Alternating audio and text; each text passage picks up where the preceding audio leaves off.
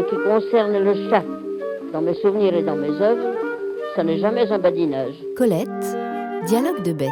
Et ma bulldog Souci, elle savait un nombre extravagant de mots. Personnage, Kiki la Doucette, chat des Chartreux. Je suis un chat. Toby Chien, Bulle Bringer. Un petit bulle, c'est presque un enfant de cheval. La petite chienne, Je suis la toute petite chienne si jolie. lui et elle, seigneurs de moindre importance.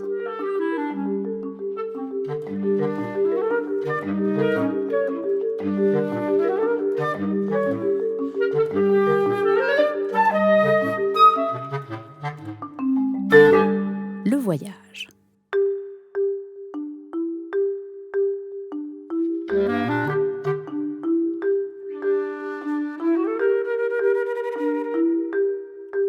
Dans un compartiment de première classe, Kiki la Doucette, Toby Chien, elle et lui ont pris place. Le train roule vers les lointaines montagnes, vers l'été libre.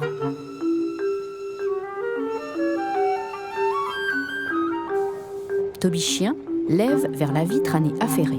Kiki la Doucette est invisible dans un panier clos.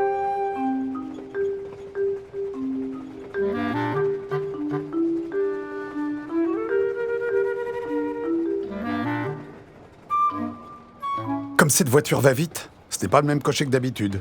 Je n'ai pas vu les chevaux, mais ils sentent bien mauvais et fument noir. Arrivera-t-on bientôt, ô toi, ma maîtresse qui rêve silencieuse et ne me regarde pas? Chut! Je n'ai presque rien dit. Arriverons-nous bientôt? Chut! Je n'ai pas de chance, personne ne veut me parler. Je m'ennuie un peu. Et puis je connais pas assez cette voiture. Je suis fatigué. On m'a éveillé de bonne heure. Et je me suis diverti à courir par toute la maison. On avait caché les fauteuils sous des draps, emmailloté les lampes, roulé les tapis. Tout était blanc, changé, angoissant, avec une funèbre odeur de camphre. J'ai éternué sous chaque fauteuil, les yeux pleins d'eau, et glissé sur le parquet nu dans ma hâte à suivre le tablier blanc des bonnes, car elles s'agitaient autour des mâles, sommés partout, et leurs ailes inusitées suffisait à m'avertir d'un événement exceptionnel. À la dernière minute, juste comme elle, ma maîtresse, criait toute chaude de mouvement, « Le collier de Toby et le panier du chat, vite le chat dans le panier !» Juste comme elle disait cela, mon camarade disparut. Ce fut indescriptible. Lui, notre maître, terrible à voir, jurait le tonnerre de Dieu et frappait de la canne sur le parquet, furieux parce qu'on avait laissé son Kiki s'évader. Elle appelait « Kiki !» tantôt avec prière, tantôt avec menace. Et les deux bonnes apportaient de trompeuses assiettes vides, des papiers jaunes de la boucherie. Je crus fermement que mon camarade le chat avait quitté ce monde. Soudain, il apparut à tous les yeux, juché au plus haut de la bibliothèque, et nous méprisant de son regard vert. Elle leva le bras. « Kiki, veux-tu descendre tout de suite? Tu vas nous faire manquer le train !» Il ne descendit point. Et je pris le vertige, moi, par terre, à le voir si haut se tenir debout, et piétiner, et tourner sur lui-même, en miaulant aigu pour exprimer l'impossibilité où il se trouvait pour obéir. Lui s'affolait, disant « Mon Dieu, il va tomber !» Mais elle sourit, sceptique, et sortit et revint armée du fouet. Le fouet dit « clac » 2 fois seulement. Et par miracle, je pense, le chat bondit sur le parquet, plus molle et plus élastique que la balle de laine qui nous sert de joujou. Moi, je me serais cassé en tombant. Depuis, il est dans ce panier. Il y a une petite lucarne. Je le vois. Des pointes de moustache comme des aiguilles blanches. Oh, quel œil! Reculons. J'ai un peu peur. Un chat n'est jamais tout à fait enfermé. Il doit souffrir. Peut-être qu'en lui parlant doucement. Chat? Oh, t'as dit un vilain mot. Ta figure est terrible. Tu as mal quelque part? Va-t'en. Je suis le martyr. Va-t'en, te dis-je, ou je souffle du feu sur toi. Pourquoi? Tout m'est également odieux. Je connais à la fois la séquestration, l'humiliation, l'obscurité, l'oubli et le tangage. On crie, il y a un malheur, courons! T'es pas sain. N'entends-tu pas ces cris? Ils s'affaiblissent. Le malheur est allé plus loin. J'aurais voulu savoir. Oh, venez, venez, mon beau kiki, mon séquestré. Vous aurez du roast beef froid et du blanc de poulet. Kiki la doucette avance une tête plate de serpent, un corps rayé, précautionneux et long.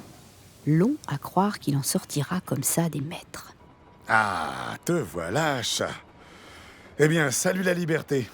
Kiki la doucette, sans répondre, lisse de la langue quelques soies rebroussées. Salut la liberté, je te dis, c'est l'usage.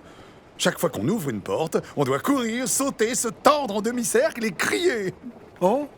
Qui on? Nous, les chiens. Faudra-t-il aussi que j'aboie? Nous n'avons jamais eu le même code des convenances, que je sache. Je n'insiste pas. Comment trouves-tu cette voiture? Affreuse. Cependant, le drap est assez bon pour faire ses ongles. Si je faisais ça, moi... Oh, que ce spongieux drap gris étanche ma rage.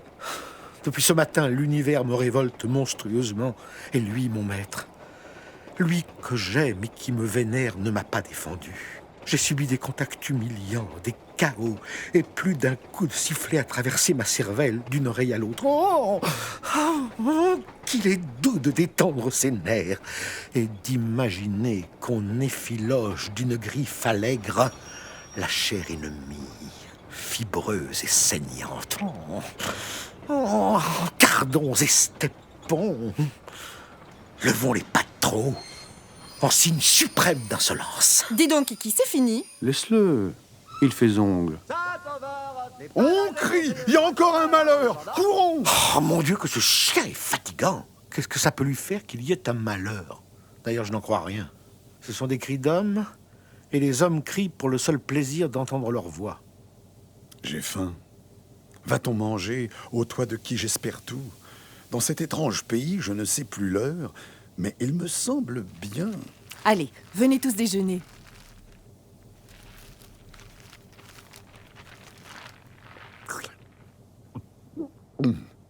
Ce qu'elle m'a donné là devait être bien bon pour sembler si petit. Cela a fondu dans ma gueule, il n'en reste pas un souvenir. C'est du blanc de poulet. Allons bon, je fais ronron sans m'en apercevoir. Il ne faut pas. Il croirait que je me résigne à ce voyage. Mangeons lentement, farouches et désabusés. Mangeons uniquement pour ne mourir point. C'est déjà fini? J'en avalerai 3 fois autant. Dis donc, chat, tu ne manges pas mal pour un martyr? Le chagrin me creuse. Écarte-toi un peu, je veux à présent dormir. Essayez de dormir. Un rêve clément, peut-être, me ramènera à la maison que j'ai quittée, au coussin fleuri que lui m'a donné. Home, sweet home. Tapis coloré à souhait pour le plaisir de mes yeux. Potige vaste d'où jaillit un petit palmier dont je mange les pousses. Fauteuil profond sous lequel je cache ma balle de laine pour me faire une surprise. Bouchon suspendu par une ficelle au loquet de la porte et bibelot sur les tables pour que ma patte se distrait à briser quelques cristals. Salle à manger. Temple. Vestibule plein de mystères d'où je guette invisible ceux qui entrent et ceux qui sortent. Escalier étroit où le pas du laitier résonne pour moi comme un angélus. Adieu. Mon fatal destin m'emporte, et qui sait si jamais...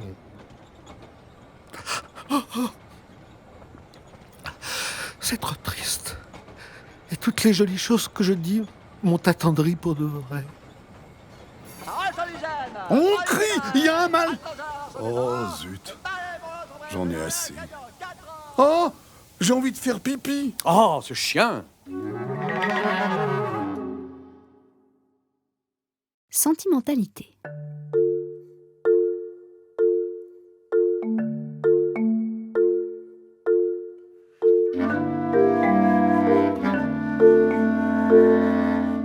perron au soleil.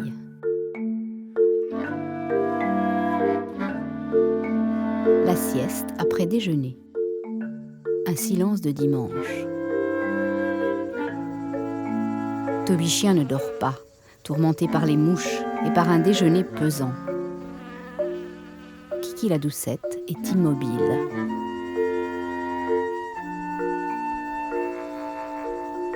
Tu dors? Vis-tu seulement? Tu es si plat.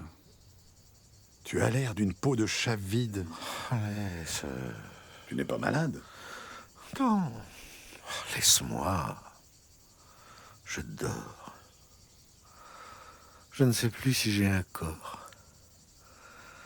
Quel tourment de vivre près de toi. Non, j'ai mangé. Il est 2 heures. Dormons. Je ne peux pas. Quelque chose fait boule dans mon estomac. Cela va descendre, mais lentement. Et puis ces mouches. Ces mouches. La vue d'une seule tire mes yeux hors de ma tête. Comment font-elles? Je ne suis que mâchoire hérissée de dents terribles. Entends-les claquer. Et ces bêtes damnées m'échappent. Hélas, mes oreilles. Hélas, mon tendre ventre bistré, ma truffe enfiévrée. Là, juste sur mon nez, tu vois? Comment faire? Je louche tant que je peux. Il y a 2 mouches maintenant, non? Une seule. Non, 2. Je les jette en l'air comme un morceau de sucre. C'est le vide que je happe. Je n'en puis plus. Je déteste le soleil et les mouches et tout. Tu as réussi à m'éveiller. C'est tout ce que tu voulais, n'est-ce pas? Mes rêves sont partis.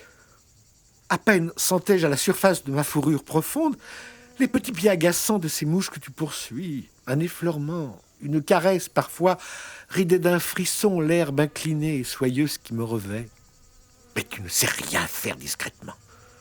Ta joie populacière encombre, ta douleur cabotine gémit. Méridionale, va. Si c'est pour me dire ça que tu m'as réveillé. Que tu m'as réveillé. J'étais mal à l'aise. Je quêtais une aide, une parole encourageante. Je ne connais point de verbe digestif. Quand je pense que de nous deux, c'est moi qui passe pour un sale caractère. Mais rentre un peu en toi-même, compare. La chaleur t'excède. La faim t'affole. Le froid te fige. Je suis un sensitif. Dis un énergumène. Non, je ne le dirai pas. Toi, tu es un monstrueux égoïste. Les 2 pattes ni toi n'entendent rien à l'égoïsme, à celui des chats. Ils baptisent ainsi pêle-mêle l'instinct de préservation, la pudique réserve, la dignité, le renoncement fatigué qui nous vient de l'impossibilité d'être compris par eux. Chien peu distingué, mais dénué de parti pris, me comprendras-tu mieux? Le chat est un hôte et non un jouet. En vérité, je ne sais en quel temps nous vivons. Les 2 pattes, lui et elle, ont-ils seuls le droit de s'attrister, de se réjouir, de laper les assiettes, de gronder, de promener par la maison une humeur capricieuse? J'ai moi aussi mes caprices, ma tristesse, mon appétit inégal, mes heures de retraite rêveuse où je me sépare du monde. Je t'écoute et je te suis avec peine car tu parles compliqué et un peu au-dessus de ma tête. Tu m'étonnes. Ont-ils coutume de contrarier ta changeante humeur? Tu miaules, on t'ouvre la porte, tu te couches sur le papier sacré qu'il gratte, il s'écarte, ô merveille, et te livre sa page déjà salie. Tu déambules, le nez froncé, la queue en balancier agitée de secs mouvements, visiblement en quête de méfaits. Elle t'observe, rit, et il annonce la promenade de dévastation. Alors, d'où vient que tu récrimines? Je ne récrimine pas. D'ailleurs, les subtilités psychologiques te demeureront à jamais étrangères. Ne parle pas si vite. Il me faut le temps de comprendre. Il me semble... Ne te presse pas. Ta digestion en pourrait pâtir. Tu as raison. J'ai de la peine à m'exprimer aujourd'hui. Voici. Il me semble que de nous 2, c'est toi qu'on choisit, et cependant, c'est toi qui te plains. Logique de chien. Plus on me donne, plus je demande. C'est mal, c'est de l'indiscrétion. Non, j'ai droit à tout. À tout? Et moi? Tu ne manques de rien, j'imagine. De rien. Je ne sais. Au moment où je suis le plus heureux, une envie de pleurer me serre les côtes. Mes yeux se troublent, mon cœur m'étouffe. Je voudrais, à ces minutes d'angoisse, être sûr que tout ce qui vit m'aime, qu'il n'y a nulle part dans le monde un chien triste derrière une porte et qu'il ne viendra jamais rien de mauvais. Et alors? Il arrive quoi de mauvais? Oh, tu Tu l'ignores pas. C'est fatalement à cette heure qu'elle survient, portant une fiole jaune où nage l'horreur. Tu sais, l'huile de ricin. Perverse, insensible, elle me maintient entre ses genoux vigoureux, desserre mes dents. Mais serre-les mieux. Mais j'ai peur de lui faire mal, et ma langue épouvantée connaît enfin la fadeur visqueuse. Je suffoque, je crache, ma pauvre figure convulsée agonise, et la fin de ce supplice est longue à venir. Tu m'as vu après, me traîner mélancolique, la tête basse, écoutant dans mon estomac le glouglou malsain de l'huile. Et caché dans le jardin ma honte. Tu la caches si mal. C'est que j'en ai pas toujours le temps. Elle a voulu, j'étais petit, me purger avec l'huile. Je l'ai si bien griffée et mordue qu'elle n'a pas recommencé. Elle a cru une minute tenir le démon sur ses genoux. Je me suis roulé en spirale. J'ai soufflé du feu. J'ai multiplié mes 20 griffes par 100, mes dents par 1000, et j'ai fui, comme par magie. Je lui en ai voulu tout un après-midi. Oh, pour bouder, tu t'en acquittes. Moi, je ne peux jamais. J'oublie les injures. Et tu lèches la main qui te frappe. Connu. Je lèche la main qui... Oui, c'est tout à fait comme tu dis. C'est une jolie expression. Elle n'est pas de moi. La dignité ne t'étouffe pas. Ma parole, souvent, j'ai honte pour toi. Tu aimes tout le monde. Tu accueilles d'un derrière plat toutes les rebuffades. Ton cœur est avenant et banal comme un jardin public. N'en crois rien, mal élevé. Tu te trompes, toi, l'infaillible, aux manifestations de ma politesse. Voyons, franchement, veux-tu que je gronde au mollet de ses amis à lui, de ses amis à elle? Des gens bien vêtus qui savent mon nom. Il y a beaucoup de gens que je ne connais pas qui savent mon nom et me tirent bonnement les oreilles. Je hais les nouveaux visages. Je ne les aime pas non plus, quoi que tu dises. J'aime elle et lui. Moi, j'aime lui. Et elle. Oh, il y a longtemps que j'ai deviné ta préférence. Il y a entre toi et lui une espèce d'entente secrète. Une entente? Oui. Secrète et pudique. Et profonde. Il parle rarement, gratte le papier avec un bruit de souris. C'est à lui que j'ai donné mon cœur avare, mon précieux cœur de chat, et lui, sans parole, m'a donné le sien.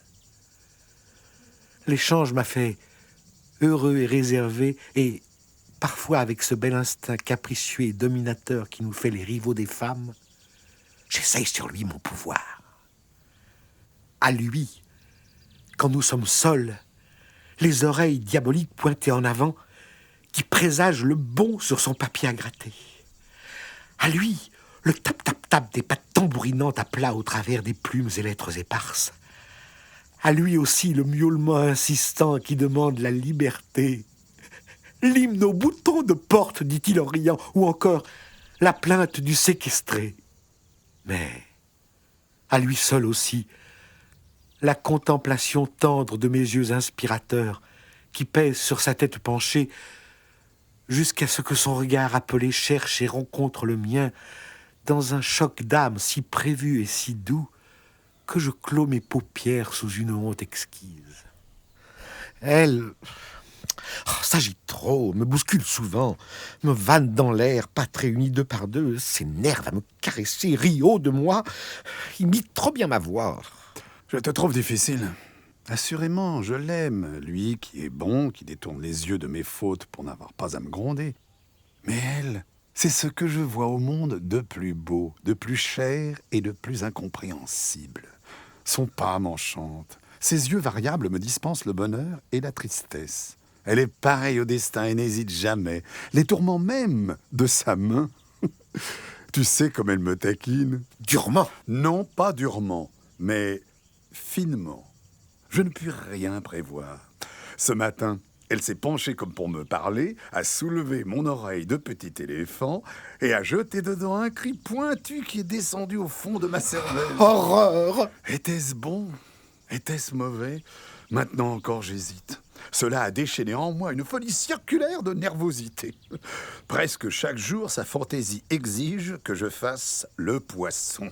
Soulevée dans ses bras, elle étreint mes côtes jusqu'à la suffocation, jusqu'à ce que ma bouche muette s'ouvre comme celle des carpes qu'on noie dans l'air. Je la reconnais bien là. Soudain, je me sens libre et vivant, vivant par le miracle de sa seule volonté. Que la vie alors me paraît belle, comme je mâchouille sa main pendante, l'ourlet de sa robe. Le joli jeu. Tout le bien et tout le mal me viennent d'elle. Elle est le tourment aigu et le sûr refuge. Lorsque, épouvanté, je me jette en elle, le cœur fou, que ses bras sont doux, effraie ses cheveux sur mon front, je suis son enfant noir, son Toby chien, son tout petit amour. Pour me rassurer, elle s'assoit par terre, se fait toute petite comme moi, se couche tout à fait pour m'enivrer de sa figure au-dessous de la mienne, renversée dans sa chevelure, qui sent bon le foin et la bête. Comment résister alors ? Ma passion déborde, je la fouille d'une truffe énervée, je cherche, trouve, mordille le bout croquant d'une oreille, son oreille, jusqu'à ce qu'elle crie, chatouillée. Toby, c'est terrible! Au secours, ce chien me mange! Saine joie, brutales et simples. Et tu t'en vas ensuite faire la cour à la cuisinière. Et toi, la chatte de la ferme? Assez, je te prie. Ceci ne regarde que moi et la petite chatte. Une jolie conquête. Tu devrais rougir. Une chatte de 7 mois. Un fruit vert, une baie sauvage, te dis-je. Et personne ne me la volera. Elle est svelte autant qu'une rame à pois. Vieux polisson. Longue et balancée sur de longues pattes, elle va du pas incertain des vierges. Le dur travail des champs, elle y chasse le mulot, la musaraigne, voire la perdrix, a durci ses jeunes muscles, a assombri un peu sa figure d'enfant. Elle est laide. Non, point laide, mais bizarre. Un museau de chèvre aux narines roses, coiffé d'oreilles d'âne à la mode paysanne, des yeux latéraux couleur d'or ancien, dont le regard vif trébuche souvent dans un piquant strabisme. Ah, de quel cœur elle me fuit, confondant sa pudeur avec de l'effroi.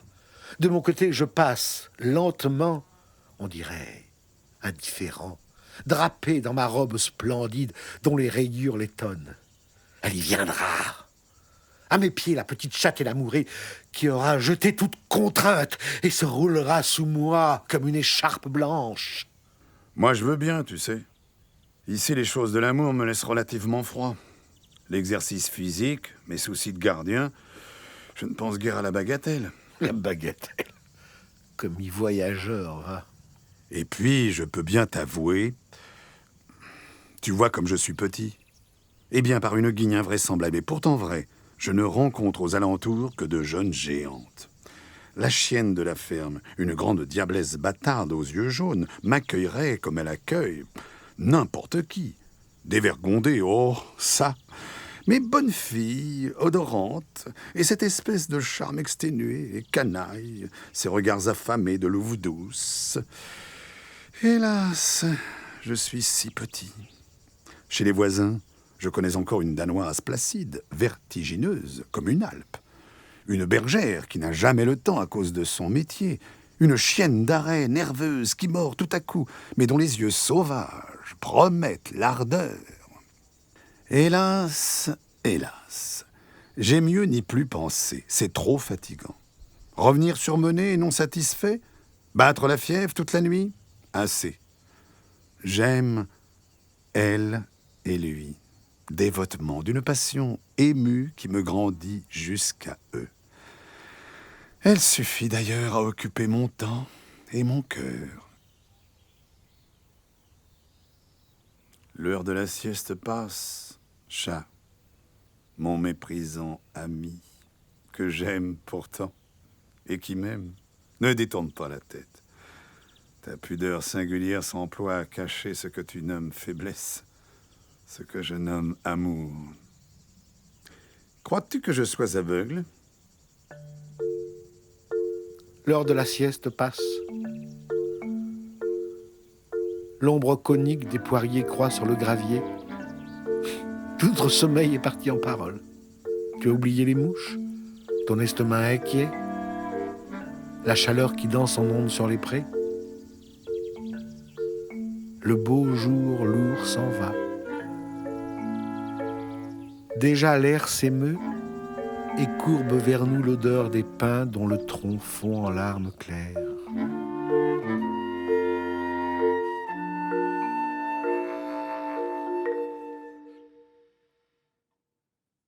Elle est malade.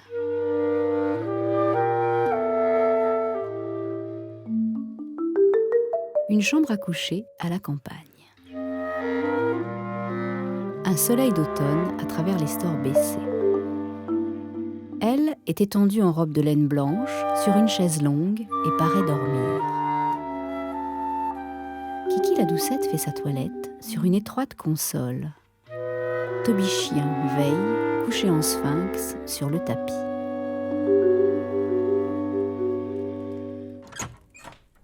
Chut, ne la réveillez pas, soyez sage. Je vais écrire en bas. Qu'est-ce qu'il a dit? Je ne sais pas. Des choses vagues, des recommandations. Quelque chose comme restez là, au revoir. Il a dit chut. Je ne fais pas de bruit pourtant. Ils sont étonnants. Pas de bruit, disent-ils. Et là-dessus, ils s'en vont d'un pas qu'un rat sourd entendrait de 2 kilomètres. Il y a du vrai. Sa figure est encore bien petite. Elle dort. Si tu descends de cette console, ne fais pas trop pouf exprès en tombant. C'est toi qui vas m'apprendre à sauter à présent. Donne-leur de conseils. Oh, quelle triste semaine. Hein? On ne sait plus ce que c'est qu'une promenade. Depuis qu'elle est tombée de cheval, d'ailleurs, je n'ai pas mangé avec plaisir. Mon Dieu, on peut aimer les gens et soigner son estomac. Pas moi, pas moi. Quand elle est tombée de son cheval et qu'elle a crié, j'ai senti craquer mon cœur. Aussi, cela ne pouvait pas finir autrement. On ne monte pas sur un cheval. Personne ne monte sur un cheval. Je ne vois autour de moi qu'extravagance. Le cheval par lui-même est déjà une effrayante monstruosité. Par exemple. Si. J'en ai étudié un de très près. Il me fait rire. Le cheval du fermier qui pâturait dans le pré. Cette mouvante montagne, un mois durant, a empoisonné mes jours. Caché sous la haie, j'ai vu ses pieds pesants qui déforment le sol. J'ai respiré son odeur vulgaire, écouté son cri grinçant qui se coulèrent. Une fois qu'il mangeait les brindilles basses de la haie, un de ses yeux m'a miré tout entier. J'ai fui. De ce jour, ma haine fut si forte que j'espérais follement anéantir le monstre. Je m'approcherai de lui, pensai-je. Je me camperai fermement, et le désir de sa mort sera si fort dans mes yeux qu'il mourra peut-être ayant rencontré mon regard. Oui. Ainsi fis-je. Mais le cheval que j'attendais frémissant souffla seulement sur moi par les naseaux un long jet de vapeur bleuâtre infecte qui me renversa dans des convulsions atroces. Tu n'exagères pas? Jamais. Et c'est sur un cheval qu'elle s'en va grimper, cramponnée à 4 ficelles, jambes de ci, jambes de là. Étrange aberration. Nous ne pensons pas de même, chat. Pour moi, le cheval est, après l'homme, la beauté du monde. Et moi alors? Toi, tu es un chat, mais le cheval. Elle, sur un cheval. Groupe admirable, si haut dans l'azur que je ne le contemple qu'en renversant mon coude apoplectique. Le cheval lui prête sa vitesse. Elle peut enfin lutter avec moi à la course, lorsqu'un galop aveugle m'emporte. Parfois je les précède, toutes oreilles flottantes, la langue en drapeau, et devant moi chemine l'ombre cornue du cheval. Si je la suis, une poussière odorante m'encense, cuir chaud, bête moite, un peu de son parfum à elle. La route file sous moi comme un ruban qu'on tire, jalonné de crottins. Oh, joie d'être si petit et si rapide dans une grande ombre galopante, entre les 4 jambes de mon ami qui penche sur moi sa bouche enchaînée et m'arrose d'un ébrouement amical. Évidemment, évidemment. Coursiers généreux franchissant le mont et le val, et sous leur fer le silex étincelle. Tu es le dernier des romantiques. Non, je ne suis pas le dernier des romantiques. Je suis un petit bulle venu au monde un soir entre les 4 pieds d'une jument alezane qui ne s'est pas couchée pendant toute la nuit, tant elle craignait d'écraser ma mère et ses nouveau-nés.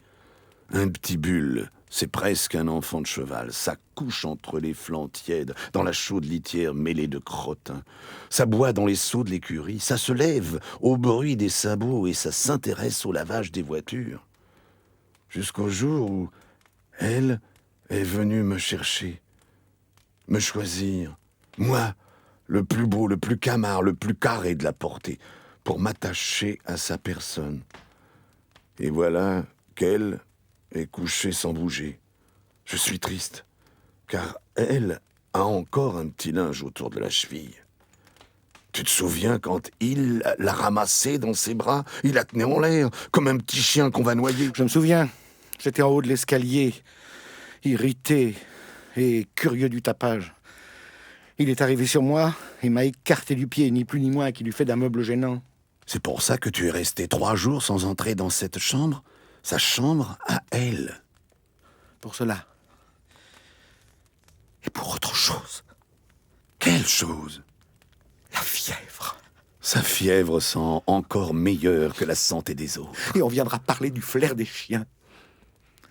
Tu sais bien que la fièvre... Oui, ça fait peur. Ça fait peur. Froid dans le dos, dégoût dans les narines, inquiétude partout. Au seuil d'une chambre où il y a la fièvre, on s'arrête, on cherche quelqu'un, on craint ce qui est caché. Elle était couchée, seule et brûlante, et je l'ai regardée longtemps, prêt à fuir en me disant « Qui donc est avec elle sous les rideaux? Qui le presse et la tourmente et la fait gémir endormie ?» Mais il n'y avait personne, dit. Personne. Sauf lui qui, penché, écoutait son sommeil. Lui, plus intelligent que tous les 2 pattes de la terre, obscurément averti d'une présence invisible, lui et la fièvre. Je l'ai contemplé dominant ma répugnance.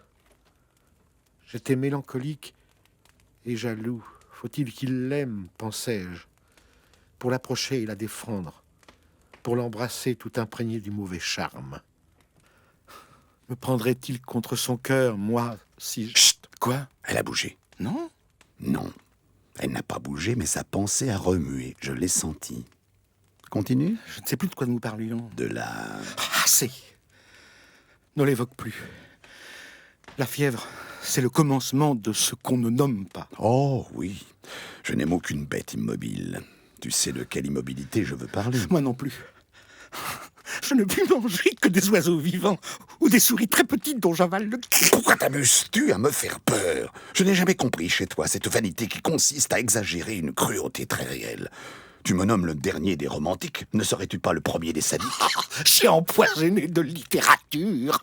Un éternel malentendu nous sépare. Oh, je suis un petit bulle, répondais-tu, avec la sincérité obtuse qui me désarme à mon tour. Laisse-moi te dire, je suis un chat. Ce nom seul me dispense. Une haine est en moi contre la souffrance et la laideur. Une détestation impérieuse de ce qui choque ma vue ou simplement mon bon sens. Animé d'une juste colère, je me suis rué sur le chat du concierge qui traînait en criant une patte blessée jusqu'à ce qu'il se tue. Ne me le dis pas. Comprends donc enfin. Si le récit affaibli de ce que j'ai fait te bouleverse, comprends donc que j'ai voulu supprimer du monde, anéantir en cette bête ensanglantée l'image même, l'image menaçante de mon inévitable mort.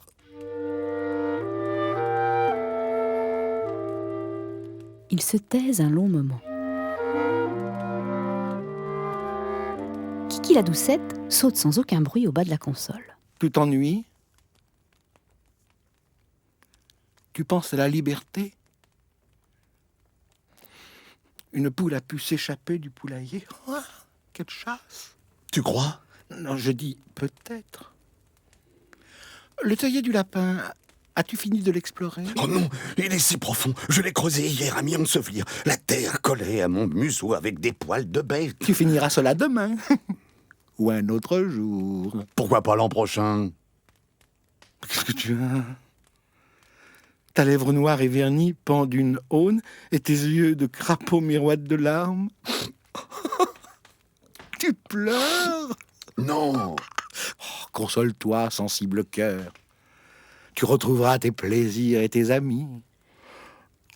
En ce moment même, la chienne du fermier croque des os dans la cuisine pour tromper la tante où tu la laisses, sans doute. La chienne! Oh! D'ailleurs, elle n'est pas seule.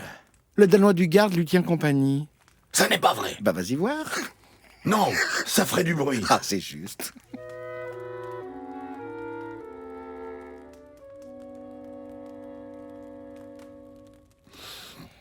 La chienne, la petite chienne.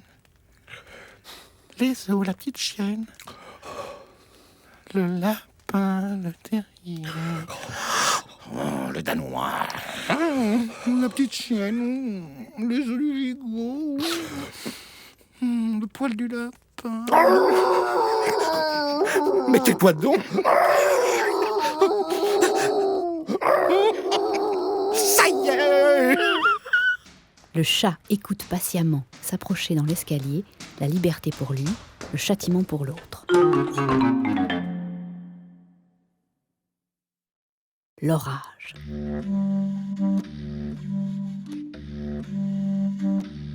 Une suffocante journée d'été à la campagne. Derrière les persiennes mi-fermées, la maison se tait. Comme le jardin angoissé où rien ne bouge. Pas même les feuilles pendantes et évanouies du mimosa à feuilles de sensitive. Kiki la doucette et Toby chien commencent à souffrir et à deviner l'orage, qui n'est encore qu'une plainte bleu ardoise, peinte épaissement en bas de l'autre bleu terne du ciel. Ça ne va pas. Ça ne va pas. Qu'est-ce que c'est cette chaleur-là? Je dois être malade. Déjà à déjeuner, la viande me dégoûtait et j'ai soufflé de mépris sur ma pâtée. Quelque chose de funeste attend quelque part. Je n'ai rien commis que je sache répréhensible. Et ma conscience, je souffre pourtant. Mon compagnon couché frémit longuement et ne dort point. Son souffle pressé dénonce un trouble pareil au mien. Chat? Tais-toi. Quoi donc? Tu écoutes un bruit? Non. Oh Dieu, non. Ne me parle même pas de bruit, d'aucun bruit. Au son seul de ta voix, la peau de mon dos devient semblable aux vagues de la mer. Vas-tu mourir? J'espère encore que non. Ah, j'ai la migraine.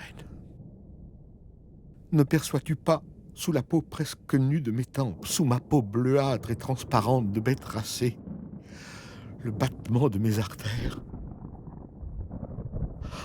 C'est atroce. Autour de mon front, mes veines sont des vipères convulsées et je ne sais quel gnome forge dans ma cervelle. Ah, mais tais-toi! Ou du moins parle si bas que la course de mon sang agité puisse couvrir tes paroles. Mais c'est ce silence même qui m'accable. Le vacarme viendra assez tôt. Est-ce que ce serait la fin du monde? Chat? Non, c'est l'orage. Dieu, que je souffre. Quitter ma peau et cette toison où j'étouffe. Me jeter hors de moi-même, nu comme une souris écorchée vers la fraîcheur. Oh chien, tu ne peux voir, mais je les sens, les étincelles dont chacun de mes poils crépite. Ne m'approche pas. Un trait bleu de flamme va sortir de moi. Tout devient terrible. Il rampe péniblement jusqu'au perron. Qu'a-t-on changé dehors? Voilà que les arbres sont devenus bleus et que l'herbe étincelle comme une nappe d'eau. Le funèbre soleil. Il luit blanc sur les ardoises et les petites maisons de la côte ressemblent à des tombes neuves. Une odeur rampante sort des daturas fleuris. Ce lourd parfum d'amande amère que laissent couler leurs cloches blanches remue mon cœur jusque dans mon estomac. Mais viens-t-on voir? Kiki la doucette marche jusqu'au perron d'un pas ataxique. Oh! Mais toi aussi on t'a changé, chat. Ta figure tirée est celle d'un affamé, et ton poil plaqué ici, rebroussé là, te donne une piteuse apparence de belette tombée dans l'huile. Laisse tout cela. Je redeviendrai digne de moi-même demain, si le jour brille encore pour nous.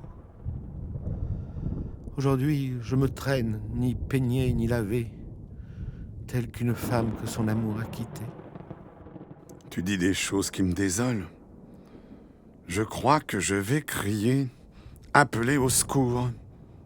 Comme obéissant à un signe, Toby Chien et Kiki la Doucette, le train de derrière bas, s'abritent qui sous la bibliothèque, qui sous un fauteuil.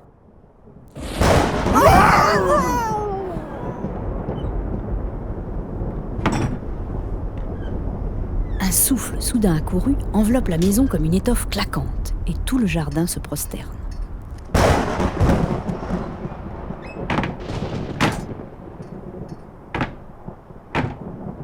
On me découperait les 2 oreilles en lanière plutôt que de me faire sortir de là-dessous. Encore une flamme terrible. Et tout s'écroule par-dessus. Plus rien. Sont-ils tous morts? Entre les franges du fauteuil, j'aperçois, en risquant de mourir, les premiers grêlons, graviers glacés qui trouent les feuilles de l'aristoloche. La pluie maintenant en gouttes espacées, couleur d'argent, si lourde que le sable se gaufre sous leur chute. On dirait que j'ai un peu moins peur. Le bruit de la pluie détend mes nerfs malades. Il me semble en sentir sur ma nuque, sur mes oreilles, la ruisselante tiédeur. Le vacarme s'éloigne, je m'entends respirer. Je n'ose encore sortir. Si au moins le chat bougeait. Il avance une tête prudente de tortue, un éclair le rejette sous la bibliothèque. Ah, ça recommence! La pluie en paquet contre les vitres, le tablier de la cheminée imite le roulement d'en haut, tout s'écroule!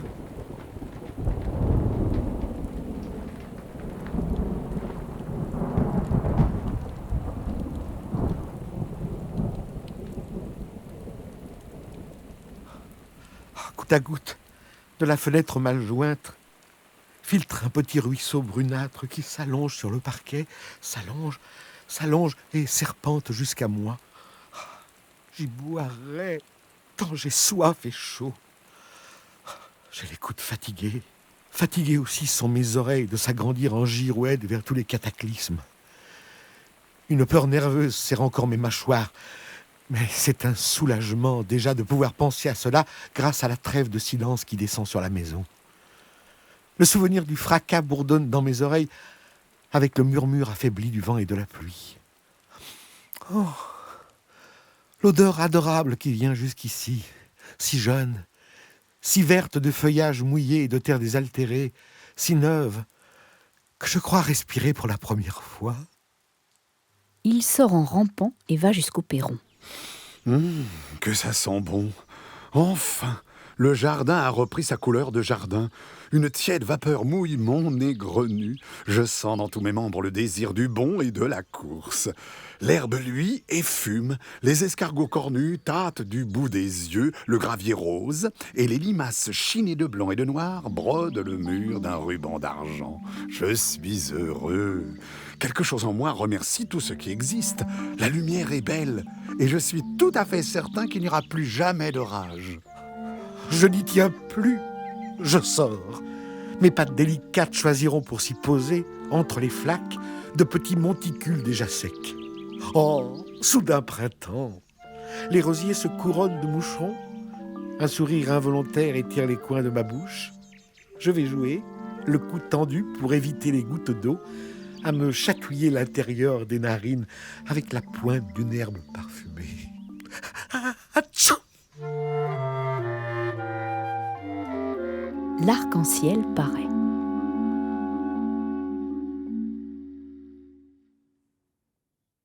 Le dîner est en retard. Un salon à la campagne, la fin d'une journée d'été. Kiki la Doucette, Toby Chien dorment d'un somme peu convaincu. Oreilles nerveuses, paupières obstinément serrées. Kiki la Doucette ouvre ses yeux presque horizontaux, couleur de raisin, et bâille d'une gueule féroce de petit dragon. Tu ronfles. Non, c'est toi. Pas du tout. Moi, je fais ronron. C'est la même chose? Ah, Dieu merci, non. J'ai faim. On n'entend pas remuer les assiettes à côté, Est-ce qu'il n'est pas l'heure de dîner? Je ne sais pas. J'ai faim. Mais où est-elle? Comment n'es-tu pas dans ses jupes? Elle est dans le jardin, je crois. Elle ramasse des mirabelles. Des boules jaunes qui pleuvent sur les oreilles, je sais. Mais tu l'as donc vue? Elle t'a grondé, je parie. Qu'est-ce que tu as fait encore? Elle m'a dit de retourner au salon parce que je mangeais aussi des mirabelles. C'est bien fait. Tu as des goûts ignobles, des goûts d'homme. Dis donc, je mange pas du poisson gâté, moi. Tu lèches des choses plus dégoûtantes. Quoi, par exemple? Des choses sur la route. Ouah, Je comprends. Ça s'appelle des salles. tu dois te tromper. Non. Quand j'en flaire un superbe et bien roulé, un sans défaut, elle se précipite l'ombrelle en l'air et crie « sale ». Tu n'as pas honte. Pourquoi? Ces fleurs de la route plaisent à mon nez subtil et à ma langue gourmande. Ce que je ne comprendrai jamais, c'est ton épilepsie joyeuse sur cette herbe. Tu sais, La valériane? peut-être bien. Une herbe, c'est pour purger. Je n'ai pas comme toi que des pensées excrémentielles. Oh, la valériane, tu ne peux pas comprendre. Je l'ai vue, elle, pour avoir vidé une flûte de vin fétide qui saute dangereusement, rire et délirer comme je fais sur la valériane. Tu parles bien, mais elle te gronde. Et lui aussi. Ce ne sont que des deux pattes, l'un et l'autre. Tu les imites, pauvre être, et te diminues d'autant. Tu tiens debout sur tes pieds de derrière, tu portes un manteau lorsqu'il pleut, tu manges, fille, des mirabelles et ces grosses boules vertes que laissent choir parfois les mains malveillantes des arbres quand je passe dessous. Des pommes.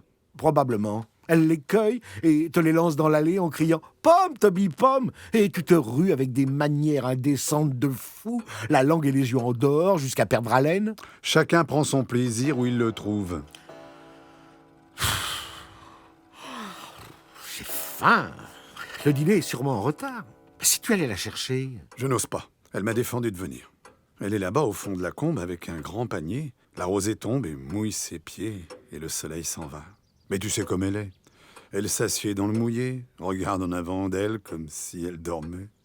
Ou bien se couche à plat ventre, siffle et suit une fourmi dans l'herbe. Ou arrache une poignée de serpelets et la respire. Ou appelle les mésanges et les geais qui ne viennent jamais d'ailleurs. Elle porte un arrosoir lourd qu'elle verse en 1000 fils d'argent glacé qui me donnent le frisson sur les roses ou dans le creux de ces petites auges de pierre au fond du bois. Tout de suite, je m'y penche pour voir la tête du bulbringer venir à ma rencontre. Elle me tire en arrière par mon collier. « Toby, c'est l'eau des oiseaux !» Elle ouvre son couteau et vide des noisettes. 50 noisettes, 100 noisettes. Et oublie l'heure. Cela n'en finit pas. Et toi, pendant ce temps-là? Moi? Eh bien, je l'attends. Je t'admire. Quelquefois, accroupie, acharnée, elle gratte la terre, peine, sue, et je m'anime tout autour, dans la joie d'une besogne utile qui m'est si familière. Mais son odorat faible la trompe. Elle fouille les faux terriers où je ne sens ni la taupe, ni la musaraigne au pâte rosé. J'ai faim. On n'entend pas les assiettes. Tu ne songes qu'à la nourriture. Et toi, c'est ton estomac vide qui grogne et se plaint et me querelle. Mon estomac est charmant. Il n'y en a pas de plus gourmet, de plus fantasque, de plus solide et délicat ensemble. Il digère des arêtes de soie, des esquilles d'os de poulet, mais la viande suspecte le retourne. Tu as l'indigestion mouvementée. Oui, toute la maison s'en émeut. J'ai faim. Où est-il, lui? Là, dans son cabinet, il gratte le papier. Oui, comme toujours. C'est un jeu. Les deux pattes s'amusent aux mêmes choses indéfiniment. J'ai souvent essayé, comme lui, de gratter finement le papier, mais c'est un plaisir qui dure peu, et je préfère le journal déchiqueté en lambeaux nombreux qui bruissent et volent.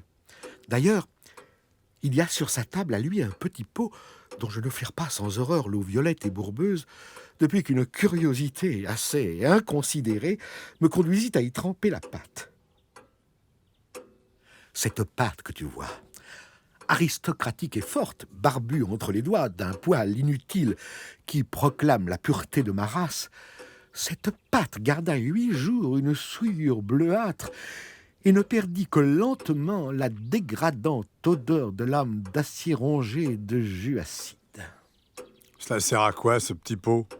Il y boit, sans doute. Elle ne revient pas. Pourvu qu'elle ne se soit pas perdue comme moi un jour dans la rue à Paris. Oh, j'ai faim. J'ai faim. Qu'est-ce qu'on mange ce soir? J'ai vu un poulet. Il a crié stupidement et saigné rouge dans la cuisine. C'était plus sale par terre qu'un pipi de chat. Et même qu'un pipi de chien. Pourtant, on ne l'a pas fouetté. Mais Émilie l'a mis dans le feu pour lui apprendre. J'ai un peu léché le sang. Du poulet.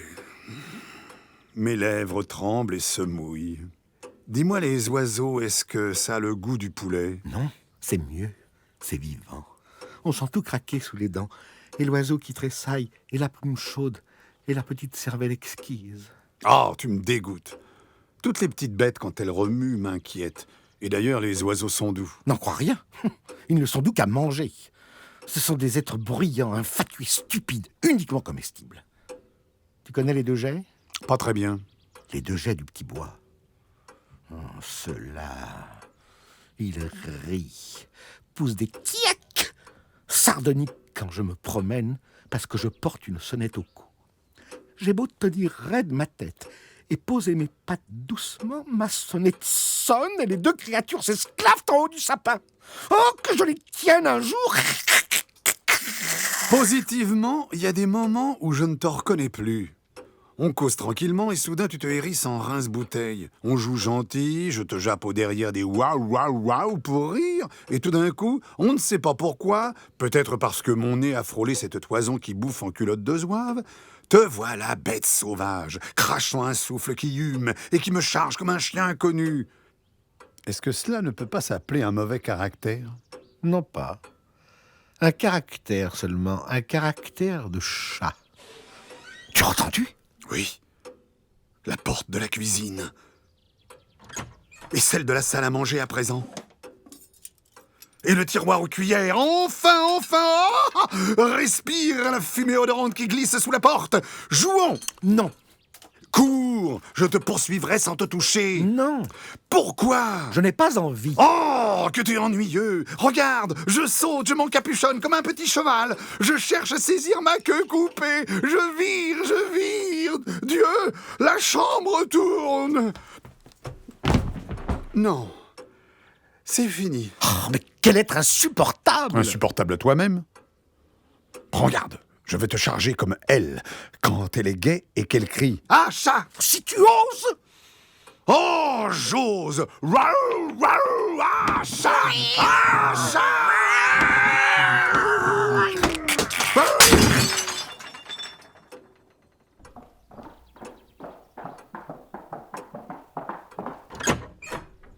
Mais tonnerre de Dieu, mais qu'est-ce qu'il y a encore? Cette ménagerie de malheur a tout chambardé ici. Oh, ils se sont encore battus. Dieu, quelle sale bête. Je les donnerai, je les vendrai, je les tuerai.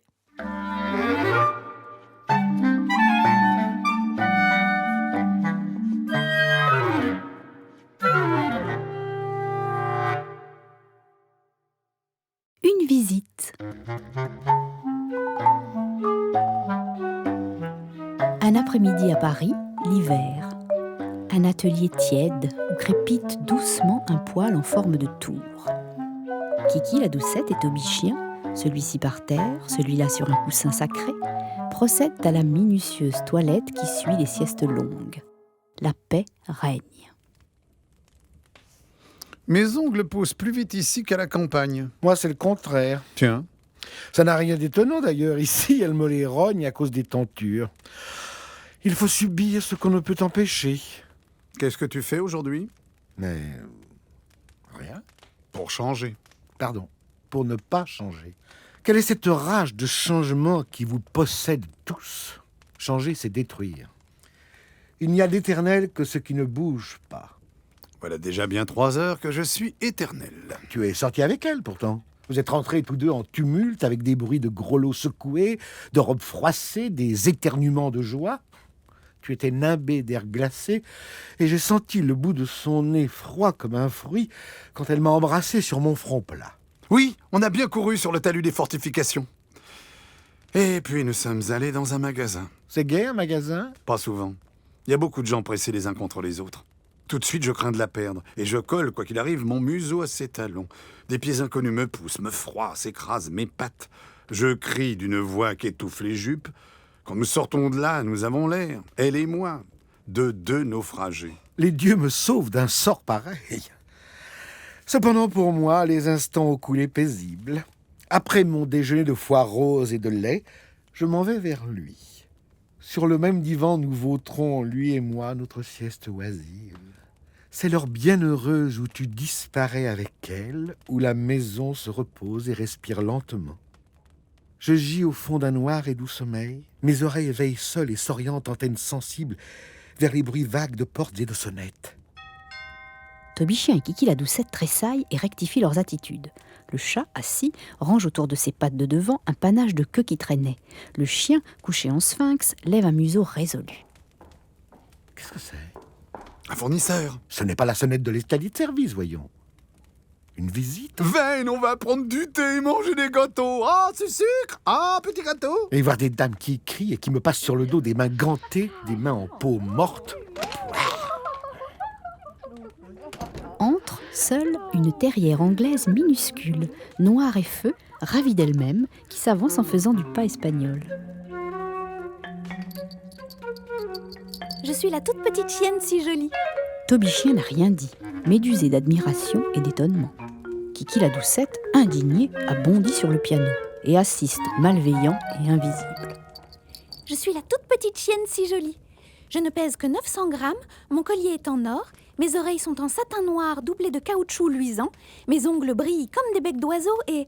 Oh, quelqu'un! Il est bien. Mine, courbette, effleurement de museau. Comme elle est petite. Monsieur, ne m'approchez pas. Pourquoi? Je ne sais pas. Ma maîtresse sait pourquoi. Elle n'est pas là, elle est restée dans l'autre chambre. Quel âge avez-vous? J'ai 11 mois. J'ai 11 mois, ma mère a été prise de beauté à l'exposition canine, je ne pèse que 900 grammes et... Vous l'avez déjà dit. Elle est laide, elle sent mauvais, elle a des pattes difformes et remue tout le temps. Et ce chien qui fait des frais. Comment faites-vous pour être si petite? C'est de naissance. Je tiens dans un manchon. Vous avez vu mon nouveau collier? Il est en or. Et ça qui pend après? C'est la médaille de ma mère, monsieur. Je ne la quitte jamais. J'arrive du palais de glace. J'y ai eu un succès fou. Figurez-vous que j'ai voulu mordre un monsieur qui parlait à ma maîtresse. Ce qu'on a ri. Quelle drôle de créature. Est-ce une chienne, vraiment? Oui, elle sent la poudre de riz, mais c'est une chienne tout de même. Asseyez-vous un instant, vous me faites mal au cœur en remuant comme ça. Je veux bien. Vous étiez tout seul ici? Tout seul de chien, oui. Pourquoi? Ça sent drôle. Ça sent le chat, sans doute. Un chat? Qu'est-ce qu'un chat? Je n'en ai jamais vu. On vous laisse tout seul dans une chambre? Ça arrive. Et vous ne criez pas? Moi, dès que je suis seule, je crie, je m'ennuie, j'ai peur, je me trouve mal et je mange les coussins. Et on vous fouette. Oh mais, qu'est-ce que vous dites? Vous perdez la tête, j'imagine. Ce serait dommage, vous avez de beaux yeux. N'est-ce pas? On les voit beaucoup. Ils sont grands. Et puis ils avancent. Elle dit que j'ai des yeux de langouste. Elle dit encore, ces beaux yeux de phoque. Ces yeux dorés de crapaud. Qui, elle? Elle? Je ne comprends pas tout ce que vous dites, mais vous êtes si sympathique. Qu'est-ce que vous faites ce soir? Mais je dîne. Mon Dieu, je pense bien. Je voulais savoir si on reçoit chez vous, si vous sortez. Non, je suis déjà sorti. En voiture? À pied, naturellement. Comment naturellement? Moi, je ne sors guère qu'en voiture. Montrez le dessous de vos pattes. Quelle horreur! On dirait la pierre à repasser les couteaux. Regardez les miennes. Satin dessus, velours dessous.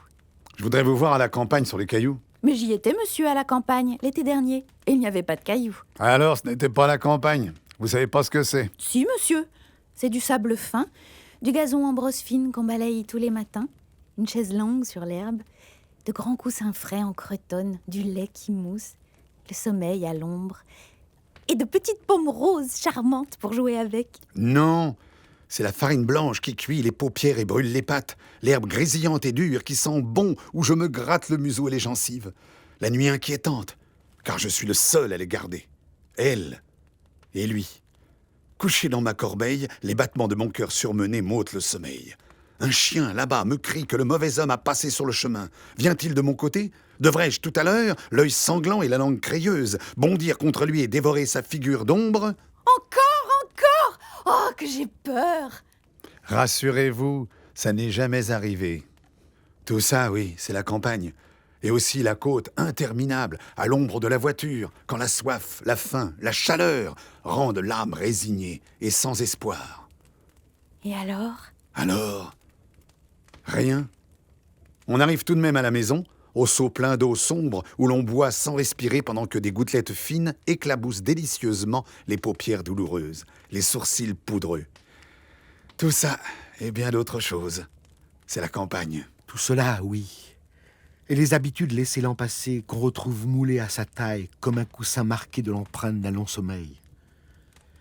Tout cela est les nuits libres, le petit rire triste de la chouette qui seule chemine dans l'air aussi discrètement que moi sur la terre, les rats d'argent pendus à la treille qui mangent les raisins sans cesser de me regarder, la cure d'amaigrissement sur la pierre du mur, ardente d'une chaleur noire, et d'où je me relève cuit, diminué, pâle, mais svelte à faire envie au matou de l'année. Puisses-tu périr, bête puante, pour avoir évoqué ces joies révolues. Mais ne vas-tu pas disparaître pour que je quitte ce froid piédestal où s'engourdissent mes pattes? Laissons tout cela. Je ne saurais penser quand vous êtes là à autre chose qu'à vous. Je sens que je vous aime. D'amour? Naturellement. Si vite? Nous avons déjà perdu beaucoup de temps. Mais nous avons causé. J'y ai pris grand plaisir. Je comprends de moins en moins pourquoi on m'interdit la société des jeunes gens. Laissez-moi vous faire la cour. Qu'est-ce que c'est? Voilà, je commence. Dressé sur mes pattes raidies, je piétine. Je vous cerne de petits cris mélodieux. Ma queue tortillée vibre, mes flancs ravalés par une respiration inquiète me font plus mince, et par un art involontaire, mes oreilles crispées semblent plantées derrière ma nuque. Ne m'approchez pas, je suis troublée. Déjà, pour l'emprise définitive et complète, ma patte puissante plie vos reins. Aïe! Brutal! C'est qu'aussi on n'est pas petite comme vous. Vous ne pourriez pas monter sur un tabouret? Je ne pardonne pas à mes yeux de se souiller à un tel spectacle. Ces préludes parodient tristement nos sauvages amours.